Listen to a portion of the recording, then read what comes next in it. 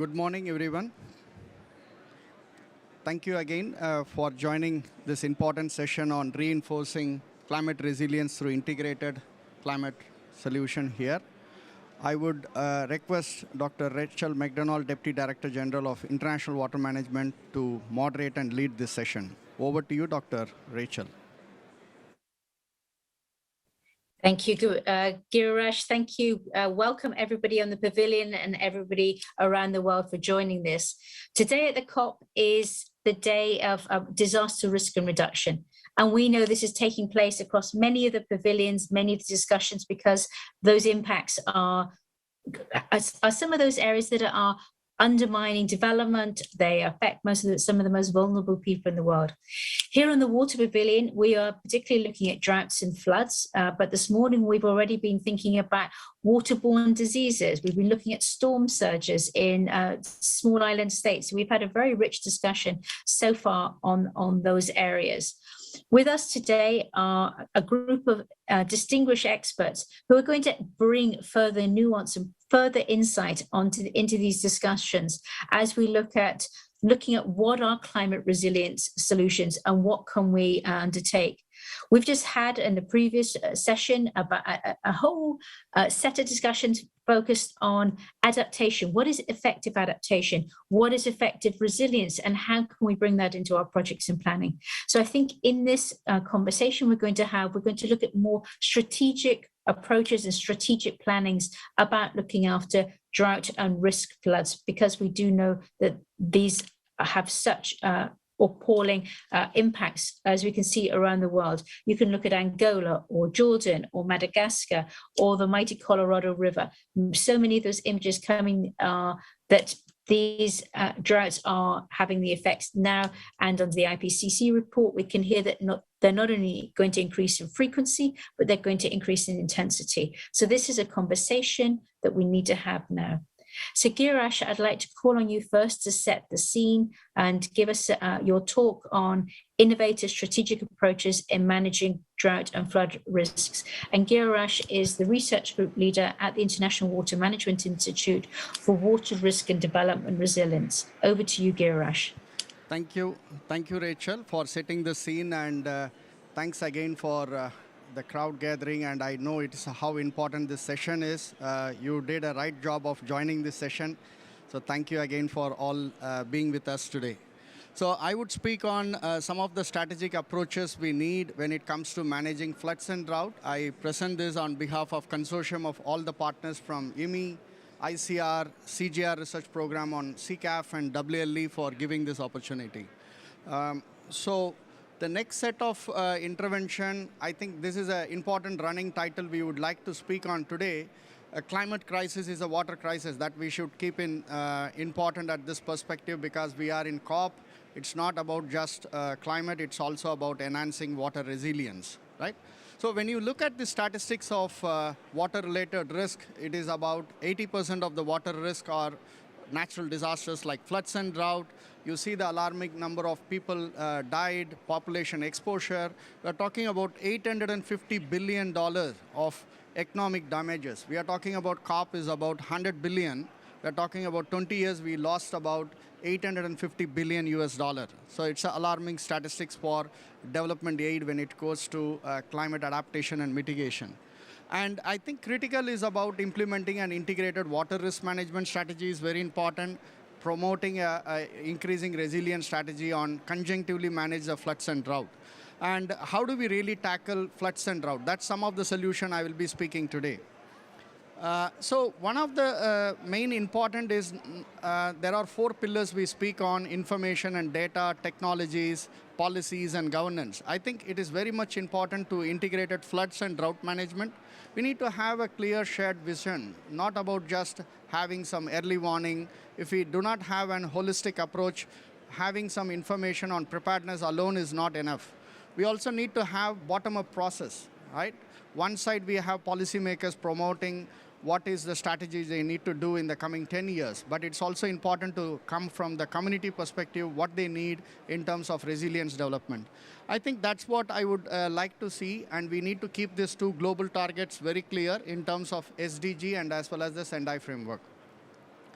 Now, to go more detail, for any adaptation and mitigation, it is important to use digital tools and technologies to know where and how much the risk is happening. We need to quantify when it comes to development partners or governments to invest in priority. So I'm not going to go more detail, but we were able to quantify the various multi-hazards in the region like South Asia.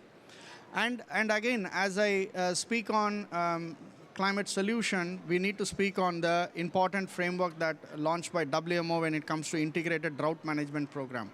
So this cut across monitoring and early warning, vulnerability and impact assessment, and also the response strategy when it comes to medium to long-term strategy we need to develop in the region. So look at some of the examples like IMI is leading a larger program on water secure Africa, which is on resilience application to quantify and estimate where and how the risk is happening. It's an important framework we are working on.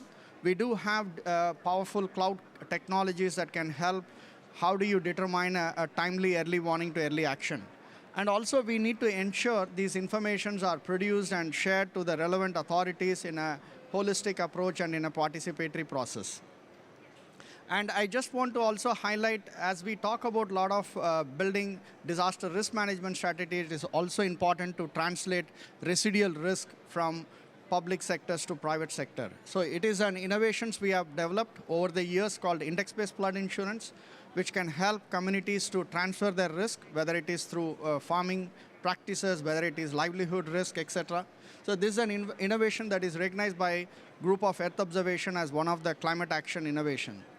At this point, I would like to highlight this particular release of this particular publication here. There are two important publications we are releasing today. One is on scaling and economics of index-based flood insurance. We have the link here. Feel free to browse through that and learn more about our initiatives. And I just also want to summarize these two important elements. Yesterday also, the executive director of CGR spoken about how bundling is important. We have been doing it successfully on enhancing resilience by promoting integrated bundle solution where providing better seeds, climate services, index insurance, etc. So this is how we have tested this. As you can see here, farmers are receiving the seeds, locally tested weather stations where citizen science data is promoted. Farmers are getting the weather index insurance for the risks they have come across. And farmers are also producing better production when it comes to managing the production risk, right? So I also want to summarize by saying how important is to co-manage both floods and drought. And one time we see the floods is coming, couple of months we see there is a drought is there. So this is an interesting concept my colleagues in IMI India has developed where you can conjunctively manage both floods and drought, right? So I will close up with the key messages here in terms of why we need to be proactive. I think a COP event like this is about learning best practices from across the country, South-South learning. It's also important to promote better knowledge products and listen and learn from other users, and also build capacities and institutions in region where they need the most. And I also want to say technologies and tools are there, but equally we need better policies and institutions. With that, I stop here. Thank you for giving this opportunity. Over to you, Rachel. Thank you, Girish. What a terrific overview that you've given us, and that you've highlighted that we need to move beyond data technology. We hear in a number of the sessions this week, they're just saying, we need data, we need data, we need Earth observations to be able to highlight where the droughts, where the risks are, where the floods are. But you have highlighted that yes, we have the risk identification, but we need risk management and we need risk transfer. So thank you very much for bringing that into setting the framework for what will be the discussions going forward. And now we're going to hear from 5 distinguished speakers, experts who are going to give us short pitches on their experiences in this space. So first of all, I'd like to introduce Mr. Chaudhary, who is the Deputy Director General of the Indian Council for Agriculture Research. And you've said you will talk about moving from drought monitoring to management, learning from ICAR's experiences. Dr. Chaudhary, the floor is yours. Thank you very much. Good evening from my side and good morning to everybody there. This is a very, very important event, and as such, the great discussion which is happening in COP26 and in this side event also. In India, agriculture is a sector where a lot of things are happening, and we are having 140 million hectares of land. And whole Indian agriculture, we have variety of agroecologies, from hill ecosystem to desert ecosystem to coastal ecosystem to irrigated system to rainfed system. All sorts of systems are there. On one hand, we are suffering and we are having problems with the floods. On the other hand, some ecological reasons they are suffering from the problem of drought. So it's rightly said that climate crisis is a water crisis. Otherwise, also water and water management, whether it is water management in low rainfall area or excess water management, it has become an important part of Indian climate research and climate scenario, climate development plans and contingency plans, which are in implementation across the country. So managing and floods and droughts, both the situation, individual farmers have very little to do unless some good quality research demonstrable in the community lands or through community approach at a scale, if it's not taken, then probably it has not much relevance to individual farmers. And therefore, the integrated solutions or integrated water risk management solutions, whether for excess water or deficit water areas, both the areas, some integrated solutions are required. And not a single solution will serve the purpose across the country, because dimensions are so great, scale is so high, because we are dealing with 140 million of land. Out of that, roughly 50% of land is irrigated, and remaining 50% is rain-fed, and many of that dry lands are there. Now, management of drought in the areas where semi-arid and arid type of climate is experienced, and management of drought in the areas where humid and subhumid climate is there. Both the situations we experience with drought, and therefore drought has a bigger dimension in Indian economy and Indian context. And for that reason, we want to find out some integrated solutions for which we are more dependent on our scientific organization within country. We have a big system of research. This is called Indian Council of Agricultural Research, having 103 research institute, and many of them, they are dealing directly or indirectly with the drought. And one such possibility of having some natural resource management techniques of either rainwater harvesting or enhancing groundwater recharge, or making use of harvested water, enhancing productivity of harvested water, and integration of various sectors like fisheries, horticulture, crops together, so that you can have better solutions through integrated farming system. These are some strategies which we are following in India for drought mitigation. And also in the flooded area, as just Amarnath has mentioned, we have one product. We had a partnership with the International Water Management Institute, and we came up with a wonderful product which is called index-based flood insurance. And this we tried in the flood-prone ecologies and flooded ecologies of the country, where we have seen that this product is very impressive, and this can be very well integrated with the government-supported insurance schemes or insurance plans. And the flood-prone ecologies where water stagnation is there for a long duration. So duration as well as the depth of flood and duration of the flood, both are important. And we have areas, roughly 5 million hectare areas, where this kind of problem is there, water congestion. Either we call it flood, or somewhere we call it flooded ecology or flood-prone ecology. And most of the river systems in India, like Ganges, the Great Ganges, and some parts of other river systems also, some river basins, they experience this kind of situation. And there, this our strategy of flood management is very, very important. And for this, really, not a single institution can do well in these areas, but we need to work shoulder to shoulder, involving some partnerships and devising some good policies for different areas, and also different organizations they are working. So we need to have some good institutional linkages for them, and also, we want to have some transparent regulatory mechanism for the control of drought and floods in these areas. Because most of the government schemes, they are pumping money for betterment of farmers, and also they are providing support to the farmers. Suppose in 1 decade time, there are 3 years of drought and 2 or 3 years of floods. So out of 10 years, roughly 5 years, they require some kind of support from the different organizations, including the government organization and non-governmental organizations also. And therefore, the partnership and policy institutions, they play a vital role in devising strategies for both flood and water. Other than flood and drought situation, we also experience variety of climate extremes and climate extreme linked climate challenges, like in low pressure belts, and also during the cyclone period, and also hailstorm events are there. The longer or elongated winter is there, prolonged winter, what we call, and also terminal heat during the months of April and March. So suddenly temperature rises and it brings down the yield levels of wheat. There also we require some good strategies. And therefore, this kind of discussion, this kind of strategies will really provide a better way forward, not for India, not for South Asia, but also for South-South cooperation, and also for the countries where climate change is affecting, or climate change impact or experience at the ground level. So thank you very much for inviting me and giving me the opportunity to participate in this event. Thank you.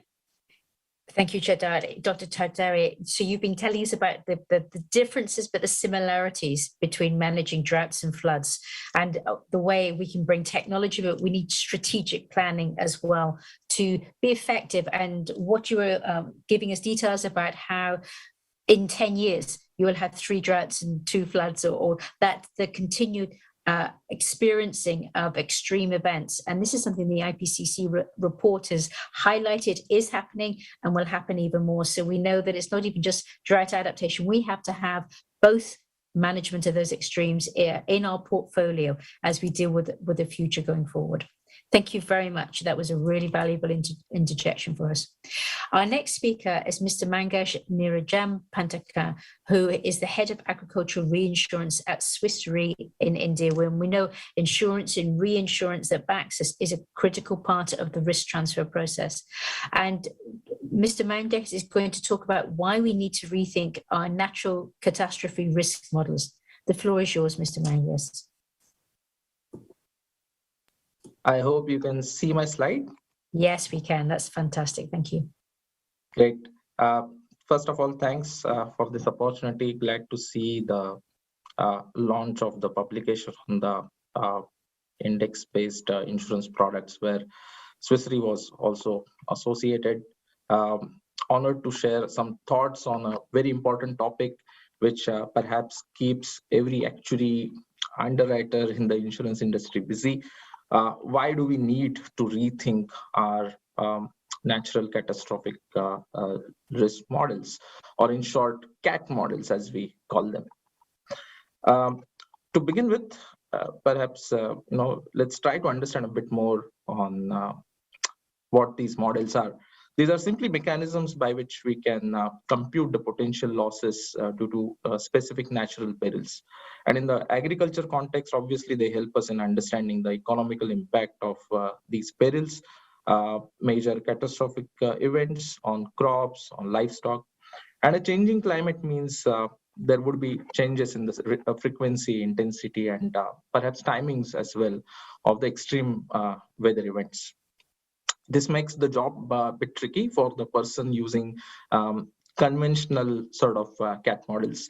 This is something like a difference between driving conventional cars with a rear view mirror vis-a-vis driving very sophisticated car with predictive features.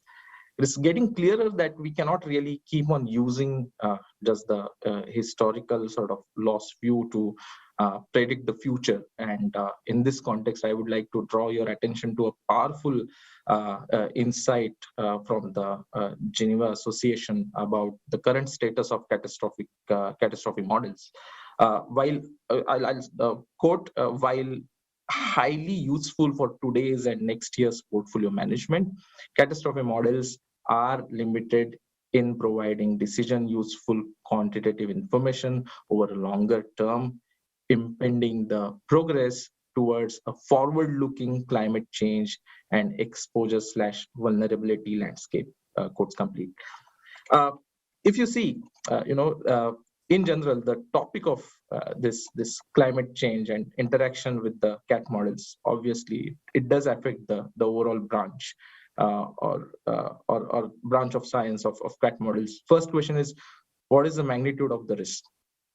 Climate change can actually increase the frequency of the risks for agriculture, and this relates to the frequency of primary perils like hurricanes and earthquake, and what we call as secondary perils, which are like bushfires, droughts, or increased rains.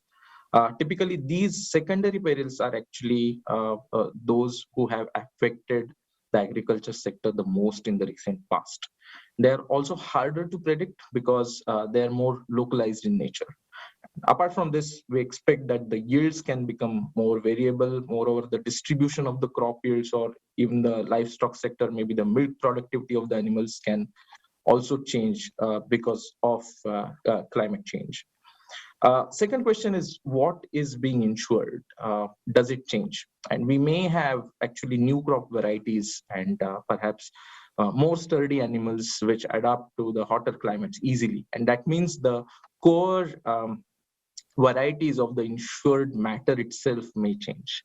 Third question is, where do we sell this insurance? And we may have actually increased cultivations in Asia or Latin America going forward, perhaps more arable land in the places which are currently covered perennially under snow. Fourth and very important question is, what is the exposed value or how much is being actually insured? That insured quantity itself can change. For example, we may have more winter crops, more low-cost animals, perhaps due to lower productivities. And these are just a few of the topics which remain variable in the nature due to climate change. There could be actually thousands of other scenarios, thousands of other possibilities which we may not have even thought about, perhaps. So overall, this makes the topic very, very difficult and very relevant as well. But there is a silver lining, especially around the topic of data availability. Why data availability? Because most of these CAT models cannot work without data. They are very data intensive in nature. And one factor is the cost of monitoring of the risks. The data that is collected by monitoring these risks, that cost itself is going down thanks to the innovations like microsatellites, thanks to the agri-tech companies which are paving their ways in this field. We have more awareness in public sector about data sharing. Public-private cooperation is also increasing, and most importantly, there is more awareness about the effects of climate change, and mitigation and adaptation measures are clearly increasing. So I'm overall hopeful that considering all these positive elements, if the academics, insurance industry, the multilateral organizations, some of which are actually present here in this panel as well, and the governments, if they join hands together, we can have actually better loss models in the future. Thank you. Thanks for the opportunity once again. Thank you, Mr. Ankesh, and thank you for leaving on a positive silver lining note. We can see that this is challenging, and we can see that, for example, droughts and floods, they work on different space and time scales.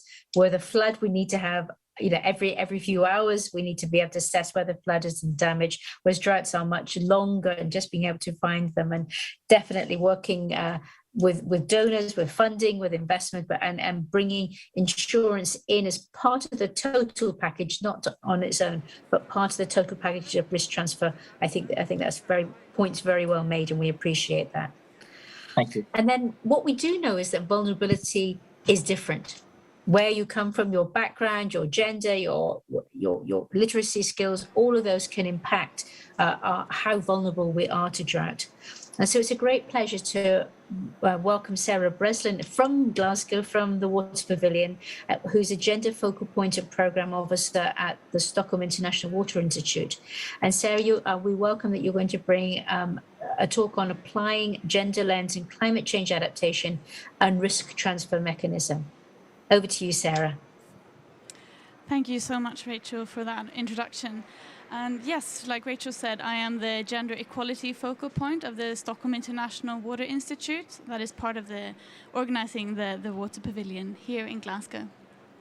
And I just really want to start by thanking the previous speakers for setting the scene a little bit about all of the different data that is really needed, to really prepare ourselves and understand what climate change entails for communities. But I also just am here to really highlight that even though climate change adaptation is really measured on the hard science, the hard facts, this does not mean that climate change adaptation is gender neutral, because climate change disproportionately affects women. As was said yesterday at the COP presidency event, climate change is not gender neutral. Climate change is actually sexist. And we really do need to take this into account when we are applying these adaptation measures as well.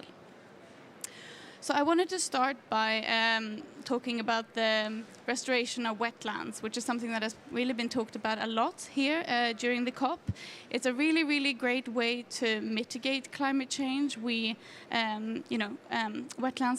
it's a big carbon storage, and it does protect against flooding as well. But if you restore a wetland or a peatland, what if that specific piece of land was the safest route for women to go and fetch water or relieve themselves? And when you have undertaken this restoration, these women have to take a longer route, or even worse, they need to take an unsafe route, putting them at higher risk of violence. This is why it's really crucial to consult communities before undertaking these types of adaptation measures. Also to make sure that their needs are not sidelined, which they often are in these sorts of discussions as well. And it's really important that when we are undertaking these adaptation measures on the ground, that we do involve them. So another example that I would like to bring up, which has been talked a little bit about today, is that of adapting the agricultural systems that we have, which is absolutely crucial to ensure food and nutritional security. And I specifically want to talk about the small-scale female farmer, because they are a really, really crucial group in agricultural output globally. Not least in South Asia, where 60% of women are in some form employed in agriculture. So we really do need to consider the needs, the knowledge and the capacities of these women if we are going to truly make food systems resilient. Because their decision-making power may differ a little bit of that from men. There are legal barriers and also social barriers and stereotypes that mean that these women often aren't the legal owners of the land that they cultivate, which also is important to take into account when considering risk transfer mechanisms, as the previous speaker was talking about. How are these women protected if they aren't the legal owners of the land? So women might have a little bit less to do when it comes, less decision-making power when it comes to large investments, such as what technology is being applied in this agriculture. But they might have more decision-making power when it comes to what plants are being planted and what seeds are being sown. So if we really do want to encourage the use of climate-resilient crops, it's absolutely crucial to also speak to these women. And here, access to information can be a real barrier. Often the literacy rates of women in many parts of the world is lower than that for men. So we actually need to work actively and consciously to make sure that these women farmers actually get the information that is crucial for their and for our survival. It's also very important that agricultural adaptation considers the needs of these women. Studies in both East and West Africa show that women are less likely to undertake adaptation measures if this requires a lot of time. And this is because these women are often responsible for a lot of other aspects and have a lot of other obligations, not least, looking after the family and the children and so on. So we really need to make sure that they are able to take these adaptation measures into their work that they do. So it's really crucial, again, that they're consulted to make sure that adaptation measures are actually carried out in a fair way on the ground.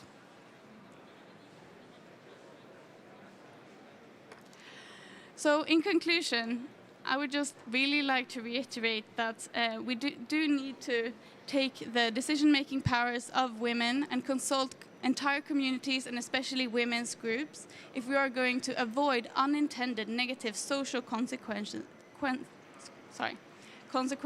of climate change adaptation.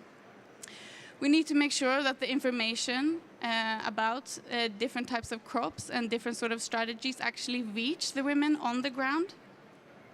And we need to consider their knowledge and their time constraints and their powers if we are to make sure that this actually happens. Because, in the words of Nancy Pelosi, when women succeed, the world succeeds, and climate change adaptation is no exception to that. Thank you very much.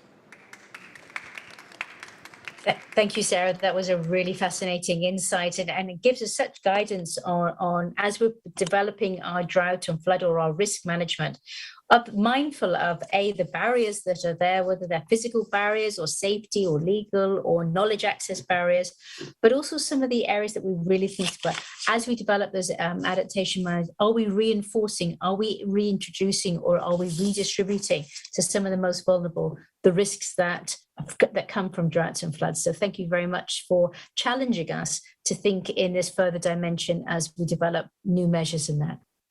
So our next part of this session is a panel discussion, and I'm delighted to introduce three panelists who are going to answer particular questions that bring more insight and nuance to what we're talking about. Ms. Anna Cassara is the Senior Water Resources Specialist at the World Bank. Anna, if you'd like to turn your video on. We have Alona Bacci, who is the Senior Advisor at the Bureau for the Middle East for USAID. And we have Rashina Pereira, who's the Senior Climate Services and Disaster Risk Reduction Advisor at the World Food Programme. And it's a great pleasure to have you here to be part of this panel. Anna, I'd like to ask you first for, how do you see the initiative, the SADRI initiative, which was launched earlier this year, which is a Southern African Drought Resilience Initiative across all 16 SADC countries. How do you see the initiative catalyzing national and regional investments on drought preparedness and promoting multi-sectoral impacts? We welcome your thoughts. Thank you so much, Rachel, and everybody for giving me the opportunity to talk about the SADRI, the Southern Africa Drought Resilience Initiative, at today's event. So I would say that we are trying to have the SADRI initiative catalyze innovation through three different channels, if you wish. First of all, we are applying the integrated drought risk management framework. Secondly, we're really trying to work across different sectors, and it was very inspiring to hear the speakers, the presenters, how they really already nuanced how drought impacts the various sectors, and also as impacts in impacts differently at different degrees different parts of the society. And finally, we are looking at a third channel or aspect, which is to work with institutions and with data to drive sustainable and adequate investments. So let me start giving a little bit of context. You already mentioned that this Southern Africa Drought Resilience Initiative involves the SADC member states, as well as the regional institutions, which include the SADC Secretariat, the river basin organizations that work in the region, Other institutes like the Southern Groundwater Management Institute, as well as the member states, and very importantly and critically, the member states, as we move from a local to a national to a regional dimension of drought, because drought doesn't know borders. So one important element also when we are looking through the lenses of the integrated drought resilience drought resilience management framework is to focus on data and to have reliable, trustable, shareable data that can be used for joint decision making is a very important aspect. And one initial effort that we have done in cooperation with the International Water Management Institute has been to prepare drought profiles, both for all the member states, but also for a regional drought profile. And that already includes some elements. And we wish that these are live tools that can be updated with better data, more data, and can help inform decision making. We are also operating at various sectors. The SADRI is organized across three main pillars, thematic pillars: cities and economic drivers, energy systems, and livelihoods. And we work with a multi-sectorial team. We have water, urban development, disaster risk management, social, energy, financial services, agriculture, and environment. And we are trying to take into account the various aspects as we move forward. And finally, as we say, we work at different levels. So important to have, the member states really speak with each other and look at opportunities at the regional level for well-planned and strategic investments across various sectors. And I stop here. Thank you, Anna. And it's been a great pleasure to work with you on this project and see the development of these drought risk profiles that really do capture the state, but also where we can go to help the 16 SADC countries. So thank you for bringing that into the conversation today. Alona Bache, it's a great pleasure to have you here. Alona is the Senior Advisor for the Bureau of Middle East of the USAID, and it has been terrific here in the COP, Alona, to see how well taken on board the new USA climate change strategy has been. It echoes down through the various corridors, and we're so pleased to have such a strong commitment from the US government towards helping climate change. So, but we've worked together in the Middle East, and I welcome us to focus on that. And Alona, given your experience in the MENA region, what's your experience on integrating climate action and this future strategy of the USAID? How do we do that to build resilience and mitigate the effects of climate change? Over to you, Alona.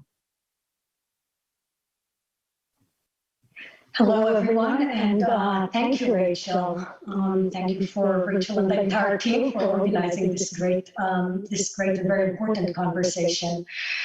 So as you all mentioned, climate crisis is a water crisis, and that's especially true in the Middle East, one of the most water-scarce regions globally, and that water scarcity is exacerbated by climate. Raised in the Middle East as a kid, our home was connected to the water utilities. We had pipes, we had water infrastructure, etc. Yet despite that, a few times a week, I had to join my late father early in the morning as he went out to the Trouba in order to pump water. And we really could not get anything out of our faucets.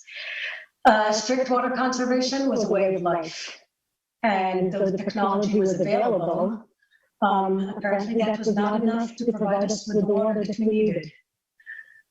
Only many, many years later, as a professional adult, I learned that there's a lot more to the climate crisis than only, there's a lot more to the story, there's a lot more to providing water than really only the availability of science and technology. And while science and technology are essential, as Anna just mentioned, for addressing water scarcity, and it's an extremely powerful tool, science and innovation are not enough. In fact, it's only after becoming a scientist and appreciating the significance and power of data, that's when I realized also the limitations of science. And there are a few more essential pieces in order to get that resilience puzzle right. As Sarah just emphasized, climate disproportionately impacts some communities. Sarah's example, that was women.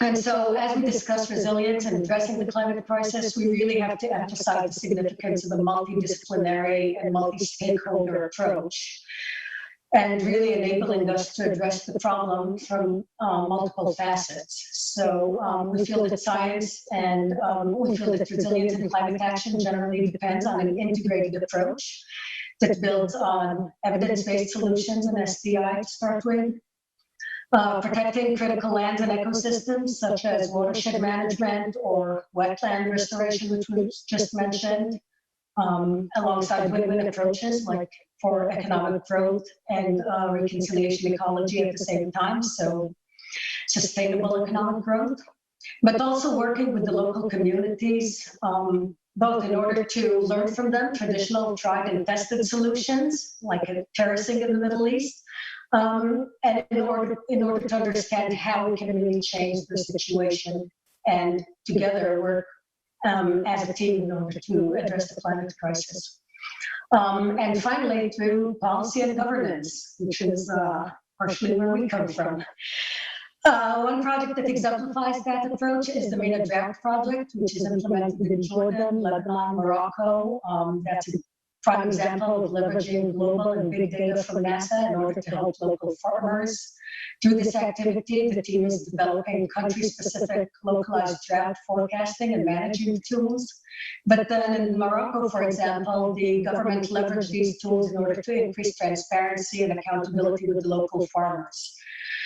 That enabled them to make climate-smart decisions, but also promoted environmental justice. Now, while MENA Drought is an example of an ongoing activity, USAID, as Rachel just mentioned, is ramping up climate ambition and action. We're starting first with a new global strategy that was released last week here at the COP. I'm glad to say that equity and a multi-stakeholder and cross-sectoral approach are at the heart of the strategy. Our vision is motivated by a vision of resilience, prosperous and equitable world with net zero emissions. And the goal is to really achieve that through two strategic objectives. One is one that allows USAID to continue doing things which work, like the MENA Drought example, and do direct targeted action. And the other one is driving an entire system change. These two strategic objectives are not necessarily contradicting, and many of the projects achieve both, for example, MENA Drought. So the USAID strategy is now open for public comments until November 21st. I highly encourage and request your input in order to help us really see how we can work together and address the climate crisis. You can find it on the usaid.gov/climate. You'll see that in conjunction with the strategy, we have multiple initiatives which we released in order to combat climate, including on the adaptation side as well as the mitigation side. So I'll just end quickly by just saying that hopefully if we do our job of fully integrating these various elements into our resilience work and alongside science and innovation, we emphasize governance, environmental justice. Maybe the next generation of children, hopefully my childhood hometown, will not have to rely on water trucking as they still do, or pumping water before school because of the disproportionate impact of climate on some communities. So with this, I'm going to end, and thank you all for being here. Thank you, Alona, for joining us. I know it's early in the morning, but thank you so much for joining us and sharing that. It's a privilege. the personal experience, but also what's in the MENA region, but also the USAID strategy. This is terrific, and we're all going to be sending in our comments by November the 24th. Thank you for that. So our last speaker today is Roshini Pereira, Head of Resilience at WFP, and we really welcome you to talk about what are the challenges and opportunities in its implementation. Roshini, the floor is yours.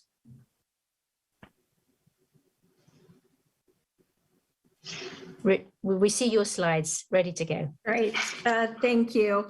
And thank you for having me. Greetings from Sri Lanka. Thank you, Rachel, for that question. Let me first give you an overview of WFP's approach to integrated risk programming, presenting the challenges that we face, but also the opportunities, areas of further investment that we're really looking to take on. So our integrated risk programming has been a framework that we developed for the Asia Pacific region, recognizing our exposure and vulnerability to extreme weather events. We are supporting national governments to better understand risk and vulnerabilities, develop systems and capacities, strengthen local adaptation, as well as climate-proof value chains. And we're working across various risks from slow onset to sudden to complex compounded shocks and stressors. Here, we're looking at understanding risks and vulnerabilities from the past, the present, and of course, the future, researching the impact of climate change and its connection to food security and nutrition, and looking at the future drivers of risk and vulnerability. Investing in understanding past data to better understand who, where and how vulnerable populations have been affected, looking at differentiated needs and intersectionality. And now we're also looking at developing the evidence base to determine the linkages between climate change, food security, and vulnerability. An area of investment and opportunity is one that I would like to speak on and highlight here is around risk analytics. We are developing a platform for a real-time impact and situation monitoring, what we call PRISM. This is a platform that WFP has developed or in the works of developing. Here it is about supporting governments to better manage information, analyze this information when it comes to risk and impact, particularly around slow onset events. Here, which is of course very applicable to the context here in Sri Lanka. PRISM is currently being hosted and managed, and while it's in development, will be managed by our national government as part of a broader national climate information system. When it comes to building national systems and capacities, this entails looking at both the national as well as local capacity strengthening endeavors, particularly around anticipatory actions, shifting from reactive to more proactive decision making. And of course, anticipatory actions requires robust analytics, which is of course interdependent on our first pillar.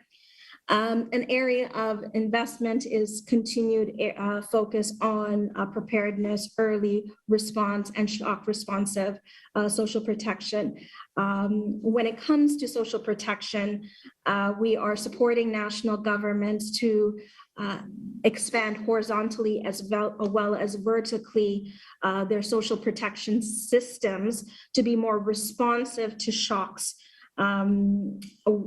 One example of that is a recent endeavor of registering around 7,500 flood-affected households, providing cash-based transfers through the safety net system in response to the compounded impacts of COVID in flood-affected communities. When it comes to strengthening resilience and adaptation at the local level, there are two areas of focus: strengthening capacity as well as adaptation of livelihoods and practices.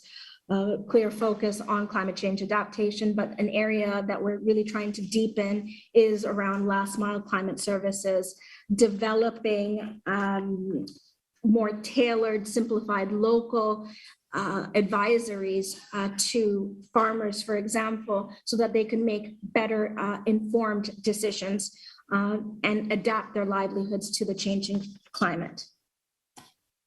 And when it comes to climate proofing value chains, recognizing that there is growing climate variability, we are seeing the great impact of when it comes to food systems. So again, shifting from a reactive to a more proactive approach, looking keenly at conservation, improving our efficiencies, tackling post-harvest losses across value chains, ensuring a more streamlined process of transformation from farm to table, recognizing the risks and vulnerabilities in the context in which we work. Thank you for the opportunity. Thank you, Roshini. And I know we are very quickly running out of time, so I'm going to pass over to Stefan Olebrook, the Director of the Water, Land and Ecosystems Program at the EME and the Strategic Program Director for Water, Food and Ecosystems. Over to you, Stefan. Thank you. This was really an exciting session, and I have probably 1.5 seconds to finalize it. But if I may, Rachel, allow me three take-home messages that I got over the last 60 minutes or so.